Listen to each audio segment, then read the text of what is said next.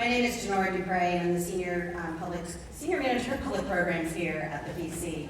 And it has been an absolute joy and honor to work on this project with the person that I'm going to introduce to you. So it is my pleasure to introduce our amazing writer and director, John Tartaglia, the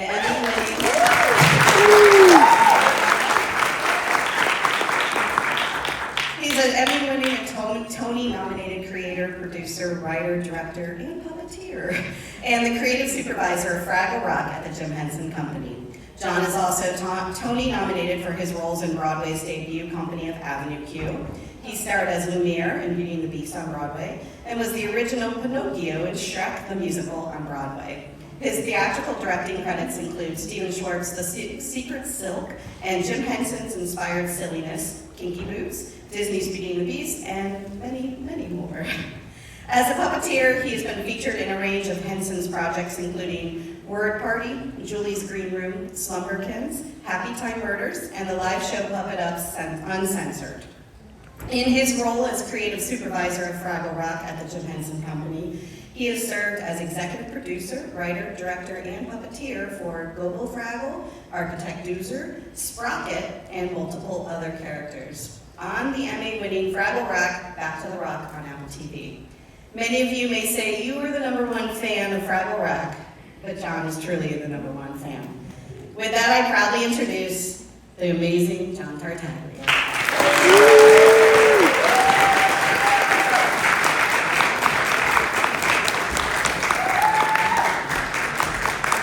Thank you. I'm exhausted hearing you read that. All right, so we're going to just drill in with some questions here for a little bit. We're going to ask about a few things. So, John, with you being the #1 Fraggle Rock fan, how does that contribute to your daily work, everything that you do? Well, it doesn't feel like work. I mean, that's the truth. I found the original series when I was about 7 years old. My mom and I, who's here, my mom's here. We were on a road trip, and I found, we were at a hotel, and she turned on the television, and there was the original Fraggle Rock, and I just instantly became enchanted by it and obsessive about it as a kid.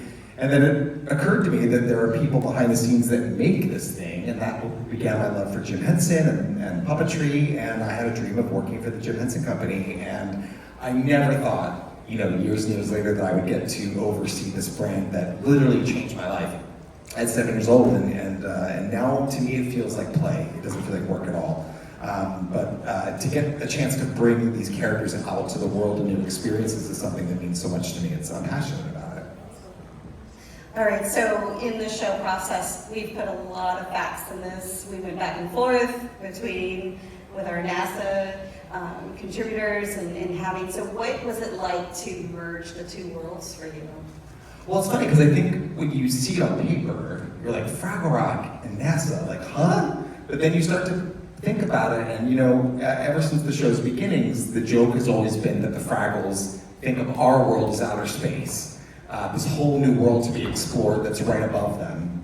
So I think that aligns, and then you think about the fact that everything to Fraggles in our world is new and exciting, and that's how I have always felt about space. To me, when you hear about the facts and the figures of space, and what NASA does, it's always been thrilling to me. So it all of a sudden started to kind of push together and align. And then you realize that really at the heart of Fraggle Rock, it's about worlds connecting and how interconnected we all are and how we all need each other. And I think that's also, part of NASA's mission is how we're connecting with another world, we're connecting with what's out there. So I think it all kind of lined up. That's awesome. What's been your favorite part of this process? Well, I'm gonna say working with you, because that's true. Because truly she is the most supportive and incredible human being. Honestly, I think it's getting a chance to see people's reactions to these characters, because Fraggle Rock is one of the few brands that has so many generations attached to it. My grandmother knew what Fraggle Rock was, my mother knows, I know, and beyond. So I think it's nice to see families enjoying it together, and I think hearing the reactions to the characters is wonderful. But also, this cast was tasked with this impossible, thing of, hey, you're gonna learn this show, and you're gonna perform these characters, and you're gonna, put them up on stage, and here we go. And I think watching their love for the show has just been really heartwarming for me. I completely agree with you. Yeah. Seeing from, what, a week ago when we started rehearsing to now, absolutely. Very fast process. It's been such a joy, though. So what is it like bringing the process from the puppet world into now walk-around characters? Yeah, I mean, you know, we're teaching a different kind of puppetry. You know, there's hand puppets like Pin and the regular Fraggles on the television show are hand puppets.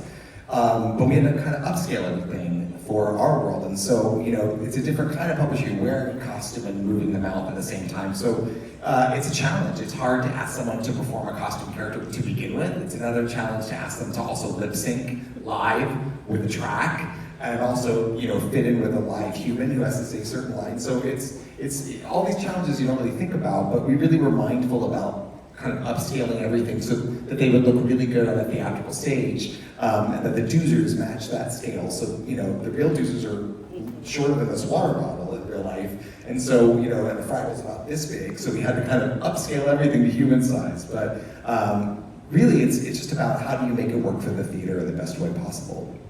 Absolutely. So, one random question, would you rather live in Fraggle Rock, or would you rather go to space? Well, Put him on the spot. I don't think I'd do well in space. I think I'd be that person having a panic attack upon like liftoff. I admire, like, I think what I've taken away from this experience is the incredible work that the ground system team does, that the astronauts do. I admire it. I could never do it. I think if I had my choice, it would definitely be to be in Fraggle Rock. I think just, you know, and I'm not just saying that, I really mean that. You don't want to put me in space. There are people who are professionals who should do that. Not me. Well, thank you, first off, for this experience, this show that you've given us, and everybody on the team that has helped us get here to this point. It has been an amazing journey that now we get to share with the public, and we're very excited. Yeah, it takes a lot of really hardworking, silly creatures to make it happen. They're in the back, so say hello to them on the way out. They all literally work here till 2 in the morning getting the show ready because they're that dedicated to making it as good as possible. So we will miss you. Come back and visit. Awesome. Thank you so much, everyone. We appreciate you being here.